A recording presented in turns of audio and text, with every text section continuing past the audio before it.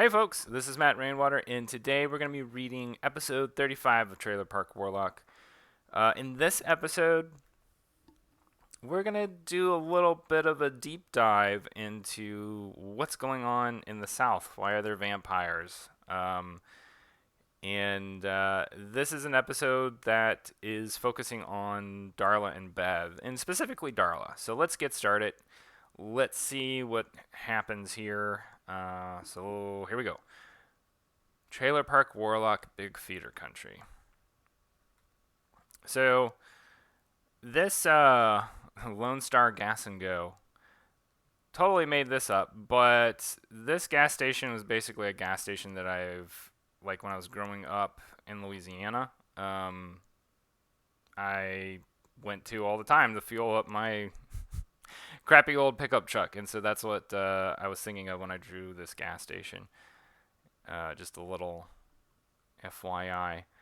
Thank you for listening to Shore to Shore FM. This is Don Edison signing off. So it's got to be pretty late, right? If your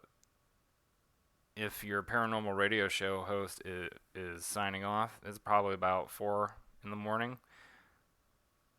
So, and we see Darla, we see Bev asleep, we see Darla looking pretty dog tired. And there's the tracker. It says 912 kilometers, which I don't remember how that breaks down in miles.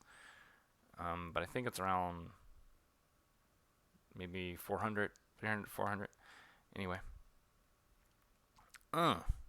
Crick, crack.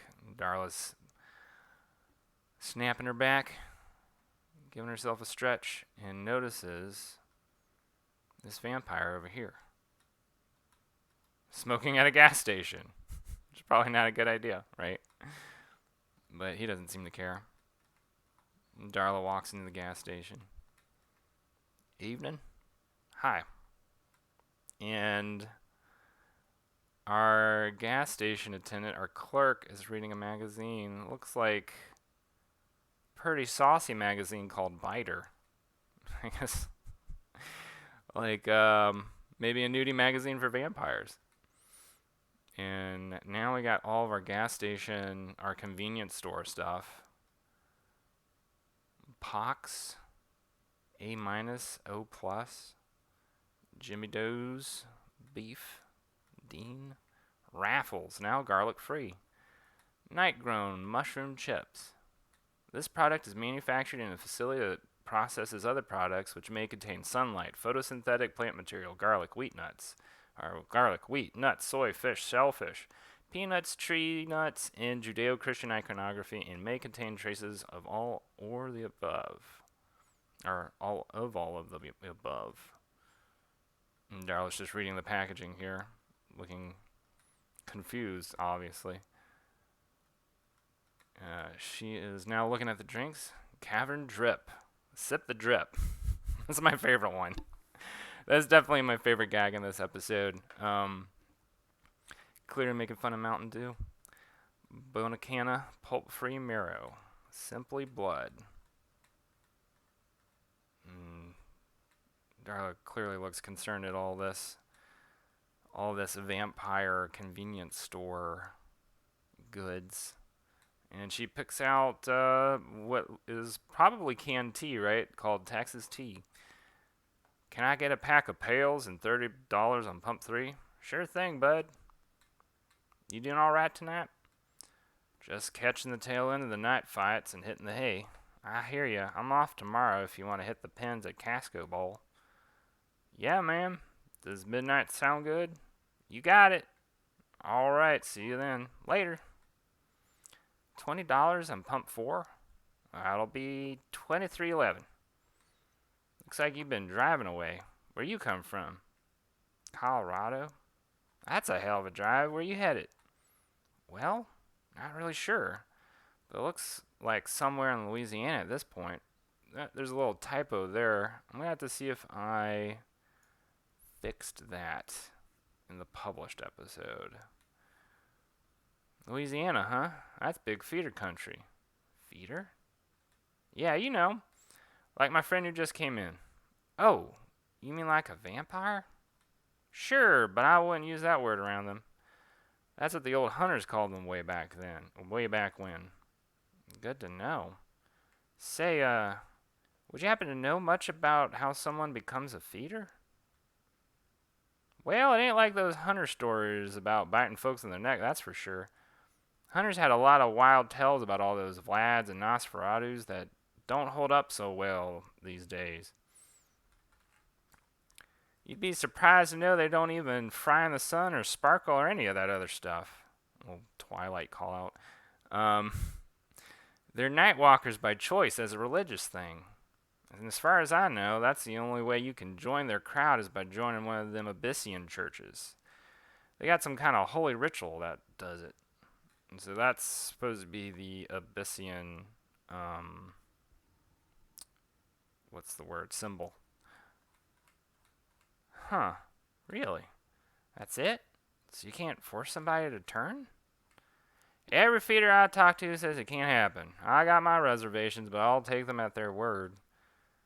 Have you ever seen somebody turn? My wife, actually. She joined the church a year ago. Sip.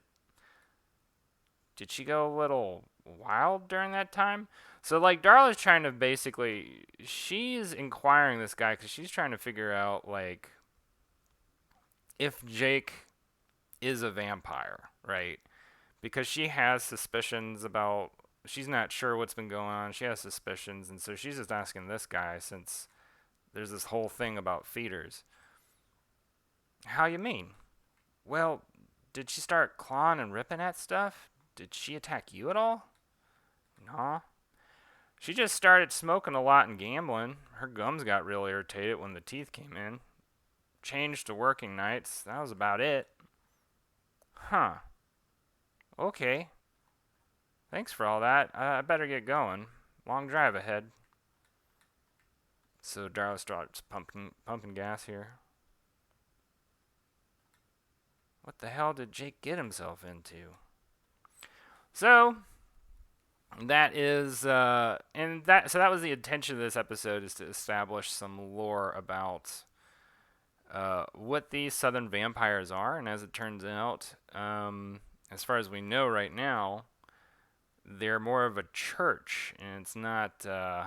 I did this because I wanted to cover, like, because there's so many different kinds of vampires, right? They're like vampires, it's a virus. Vampires, it's a demonic curse. Vampires, it's whatever, some kind of blood disease. Blah blah blah. Basically, I just wanted to cut to the chase so that it was sort of made aware, at least for the case of feeders, right? We get a little bit more nuance later on as we go on into the story. And also to give some sense of how Darla is fitting into all this story, right? So anyway, that is the episode, and it's a bit of a unique episode too. I haven't really done an episode like this again since this one. Especially because it's just kind of an information dump, and like I think it's fine as an episode. I think it works. But it's not something I would want to do often because I guess for myself personally, I don't necessarily see it as like super entertaining. Like, it's intriguing, right? But I stuck in a lot of the convenience store gags because I want there to be some kind of humor, something to kind of like bring to the episode that wasn't just info dump, because I didn't just want it to be an info dump. So anyway, those are my thoughts about this episode, and we will be reading again very soon. But until then, if you want to follow me on social media, you can do so. On Twitter, it's at MattJRainwater. Instagram, at MatthewRainwater. And Patreon, it's patreon.com/MattJRainwater. Until then, I hope y'all doing well, staying safe, having a good time, and I'm excited to be doing this again with y'all next time. Until then, I will talk to y'all later, and y'all have a good one. All right, bye.